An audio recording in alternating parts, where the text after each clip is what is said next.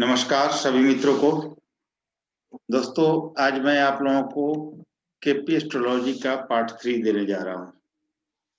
देखिए, आज मैं आप लोगों को इसमें भाव कारकत्व और ग्रह कारकत्व के बारे में बता देता हूं। बेसिक चीजें हैं जो मैं आप लोगों को क्लियर कर देता हूं ताकि आप लोग केपी एस्ट्रोलॉजी को आसानी से समझ सके। केपी एस्ट्रोलॉजी कैसे काम करता है, बेसिक चीजें क्या होती है, वो मैं आप लोगों को क्लियर कर देता हूं ताकि आप केपी एस्ट्रोलॉजी को आसानी से समझ पाए। चलिए, भाव कारकत्व क्या होता है उसके बारे में पहले समझ लीजिए। ये तीसरा पार्ट है हमारा केपी एस्ट्रोलॉजी का। चौथा पार्ट है, 3 पार्ट मैं दे चुका हूँ। मूलभूत नियम दो नियम मैंने आप लोगों को 2 वीडियो में अलग-अलग नियम बताए हैं, जो कि बिल्कुल बेसिक चीजें हैं। और एक आप लोगों को जन्म समय संशोधन के बारे में एक वीडियो दिया है, ये चौथा पार्ट है। भाव कारकत्व समझते हैं पहले। भाव कारकत्व का तात्पर्य यह ज्ञात करना है कि किसी विशेष भाव का फल कौन-कौन से ग्रह देंगे। यानी किसी विशेष भाव का फल देने के कारक कौन-कौन से ग्रह होंगे, यही चीज भाव कारकत्व बताता है। भाव कारकत्व ज्ञात करने के लिए हमें भाव चलित कुंडली की आवश्यकता पड़ती है। ध्यान दीजिएगा, भाव चलित कुंडली जो कस्पल चार्ट है हमारा केपी एस्ट्रोलॉजी के थ्रू, उसकी आवश्यकता हमें पड़ेगी। और किसी विशेष भाव का फल कौन कौन से ग्रह देंगे उससे हम जानेंगे। इसके निम्न नियम है जो यहाँ नीचे लिखा हुआ है।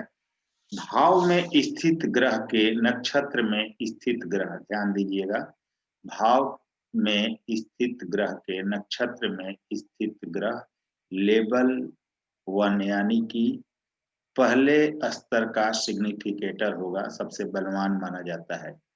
दूसरे स्तर का सिग्निफिकेटर होगा भाव में स्थित ग्रह। यानी जैसा आपने देखा कि भाव में स्थित ग्रह के नक्षत्र में स्थित ग्रह लेवल 1 का सिग्निफिकेटर बनता है और भाव में स्थित ग्रह लेवल 2 का सिग्निफिकेटर बनता है। उसी प्रकार भाव स्वामी जो होगा उसके नक्षत्र में स्थित ग्रह जो हैं वह लेवल 3 के सिग्निफिकेटर बनेंगे। भाव स्वामी के नक्षत्र में स्थित ग्रह लेवल 3 के सिग्निफिकेटर होते हैं और भाव स्वामी यानी कि लेवल 4 का सिग्निफिकेटर, जो भाव स्वामी होगा वह लेवल 4 का सिग्निफिकेटर होगा, यानी चौथे स्तर पर। यानी कि लेवल 1 सबसे स्ट्रॉन्ग और लेवल 4 सबसे कमजोर। तो पहले स्थिति में भाव में स्थित ग्रह के नक्षत्र में स्थित ग्रह सबसे बलवान होता है रिजल्ट देने में, और सबसे कमजोर भाव स्वामी जो होता है वह माना जाता है सिग्निफिकेशन के रूप में। तो इस चीज को आप लोग नोट कर लीजिए, हमेशा केपी एस्ट्रोलॉजी में काम आएगा। अब ग्रह कारकत्व कैसे ज्ञात किया जाता है उसके बारे में भी हम जान लेते हैं।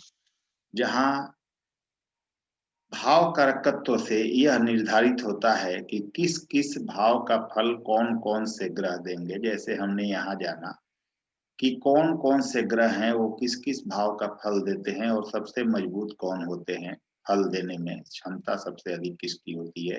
लेवल 1 से लेवल 4 तक हमने जाना। तो ये चीज हम यहाँ से जाने, और क्या वास्तव में यह फल दे पाएंगे या नहीं, इसका निर्धारण भाव कारकत्व से नहीं होगा। इसका निर्धारण हमें ग्रह कारकत्व से करना होगा। तो जहां हमने भाव कारकत्व से यह जाना कि कौन कौन से ग्रह किस विशेष भाव का फल देंगे, किसी विशेष भाव का फल देंगे और कैसे स्ट्रॉन्ग होते हैं, वो हमें भाव कारकत्व से पता चलता है। वहीं ग्रह कारकत्व से पता चलता है कि यह फल दे पाएंगे या नहीं, यानी फल देने में सक्षम है या नहीं। तो ग्रह कारकत्व कैसे देखेंगे, मान लें हमें यह देखना है कि किसी जातक का विवाह होगा या नहीं, या जॉब होगी या नहीं। हम अभी विवाह पर चर्चा करेंगे। तो हमें यहाँ ये देखना है कि किसी जातक का विवाह होगा या नहीं होगा। तो मान लेते हैं किसी की गुरु की महादशा अभी स्टार्ट हुई है या गुरु की दशा चल रही है। अब हमें सारा ध्यान, सारा फोकस गुरु पर केंद्रित करना होगा। हमें ये देखना होगा, क्योंकि गुरु की दशा तो बहुत लंबी होती है, तो हमें ये देखना होगा, ये चेक करना होगा कि क्या गुरु अपनी दशा में शादी करवा सकते हैं या नहीं। यानी कि मान लीजिए पहले हमने प्रॉमिस चेक कर लिया, जातक की जन्म कुंडली में मैरिज प्रॉमिस मिल रहा है, शादी का योग दिख रहा है, शादी होना दिख रहा है, और अभी गुरु की दशा शुरू हुई है और जातक शादी के लायक हो गया है, जातक या जातिका। तो क्या इस दशा में, गुरु की दशा में, यह शादी हो सकती है या नहीं, गुरु शादी करवा सकते हैं या नहीं, यही हमारा ग्रह कारकत्व है। इसी को ग्रह कारकत्व कहते हैं। ग्रह उस चीज का फल देगा या नहीं। अब हमें गुरु को देखना है, क्योंकि गुरु की महादशा चल रही है। तो गुरु को तथा गुरु के नक्षत्र स्वामी एवं गुरु के उप नक्षत्र स्वामी को देखना होगा। ध्यान दीजिए, यहाँ पर गुरु की महादशा चल रही है, तो सबसे पहले गुरु को देखना है। इसके बाद गुरु के नक्षत्र स्वामी को देखना है और गुरु के उप नक्षत्र स्वामी को, तीनों को देखना होगा। और हमें यहाँ डिफाइंड करना होगा कि क्या इन तीनों के थ्रू जो हमारा विवाह का भाव है, आप सभी अच्छे से जानते हैं, दूसरा, 7वां और 11वां भाव विवाह का भाव है। उसमें भी 7वां भाव आपका मेन भाव है और जो 2-11 है वह सहायक भाव है।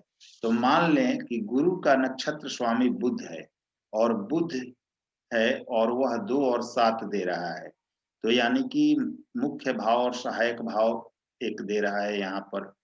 तथा गुरु का उप नक्षत्र स्वामी शुक्र है, वो भी 2-11 दे रहा है, तो सहायक भाव उसका उप नक्षत्र स्वामी भी दे रहा है। एवं स्वयं गुरु जिसकी महादशा चल रही है वह 2 और 7 दे रहे हैं। मान लीजिए 2-7 के अलावा कुछ और भी पॉइंट 3 आ जाए, आपके 5 आ जाए, कुछ और भी आ रहे हैं वो भाव, उससे मतलब नहीं है। हम यहाँ केवल विवाह के लिए देख रहे हैं, तो हम विवाह को देखेंगे। तो मान लेते हैं कि गुरु की दशा चल रही है और उनके गुरु के जो नक्षत्र स्वामी हैं वो 2-7 दे रहे हैं, गुरु के उप नक्षत्र स्वामी शुक्र हैं वो 2-11 दे रहे हैं, और स्वयं गुरु जिनकी महादशा चल रही है 2 और 7 दे रहे हैं। यानी आप सभी अच्छे से जानते हैं कि विवाह के लिए मुख्य भाव 7 होता है। 7वां भाव आपका विवाह का मुख्य भाव है और सहायक भाव 2 और 11 है। तो 2-7-11 के संबंध से विवाह होते हैं। अब गुरु स्वयं 2-7 दे रहे हैं, नक्षत्र, उनके नक्षत्र स्वामी बुध हैं। सपोज दैट हम मानकर चल रहे हैं कि इनके नक्षत्र स्वामी, मान लीजिए गुरु की दशा चल रही है, उनके नक्षत्र स्वामी बुध हो सकते हैं, उनके उप नक्षत्र स्वामी शुक्र हो सकते हैं, तो हम समझने के लिए ऐसा कह रहे हैं। तो गुरु जिनकी महादशा चल रही है स्वयं 2 और 7 दे रहे हैं, इनके नक्षत्र स्वामी बुध हैं और स्वयं वो भी 2 और 7 दे रहे हैं। अब बात करें इनके उप नक्षत्र स्वामी जो कि शुक्र हो सकते हैं और ये 2 और 11 दे रहे हैं। तो इसका मतलब यहाँ पर ये है कि हमें शादी का भाव मिल रहा है। शादी का भाव कौन कौन सा है? अभी हमने डिस्कस किया कि शादी का भाव 2, 7 और 11 है। तो हमें ये सभी चीजें यहाँ मिल रही हैं। तो हम क्या कहेंगे कि इस जातक की शादी इस गुरु की दशा में होगी, यानी विवाह का भाव यहाँ पर 2-7-11 मिल रहा है। यानी कि गुरु स्वयं 2-7 दे रहे हैं, उनके नक्षत्र स्वामी बुध 2-7 दे रहे हैं और उनके उप नक्षत्र स्वामी शुक्र ये 2 और 11 दे रहे हैं। तो हमारा मुख्य भाव 7 और सहायक भाव 2-11, ये तीनों भाव हमें मिल रहे हैं यहाँ पर। अतः हम 100% कह सकते हैं कि ये जातक, मतलब जातक की शादी इस दशा में, गुरु की दशा में 100% होनी है, क्योंकि हमें हर चीज प्रॉमिस मिल रहा है। अब देखिए, महादशा स्वामी अपने नक्षत्र स्वामी और उप नक्षत्र स्वामी की के जरिए जिस घटना को सिग्निफाई करेगा वह घटना निश्चित रूप से घटेगी। यानी गुरु अपने नक्षत्र स्वामी बुध और उप नक्षत्र स्वामी शुक्र के जरिए 2-7-11 को सिग्निफाई कर रहे हैं, तो यह घटना जरूर घटेगी। यानी इस दशा में शादी होनी ही होनी है और यह शादी होकर रहेगी। यह किस भाव का फल दे रहे हैं, यह आप भाव कारकत्व यानी हाउस सिग्निफिकेटर से निकाल सकते हैं। जब आप देखेंगे तो आप केपी चार्ट जब बनाएंगे तो वहां पर हाउस सिग्निफिकेटर यानी कि भाव कारकत्व दिया हुआ होता है। उस कॉलम में जाइए और कौन कौन से ग्रह किस किस भाव को सिग्निफाई कर रहे हैं, वहां से आप आसानी से जान जाएंगे। तो ये स्थिति है। यहाँ हमने डिस्कस किया भाव कारकत्व और ग्रह कारकत्व क्या होता है। अब हम आगे एडवांस लेवल पर धीरे धीरे बढ़ेंगे और चीजों को जानेंगे और आपको केपी एस्ट्रोलॉजी के थ्रू धीरे-धीरे मैं बहुत एडवांस लेवल तक ले जाऊँगा और सभी योगों के बारे में चर्चा करेंगे। जॉब, व्यवसाय, आपकी शादी, धन, मकान, वाहन, सुख-सुविधा, भाग्य, आपके पिता, आपके करियर, हर चीज़ पर धीरे-धीरे डिस्कस करेंगे।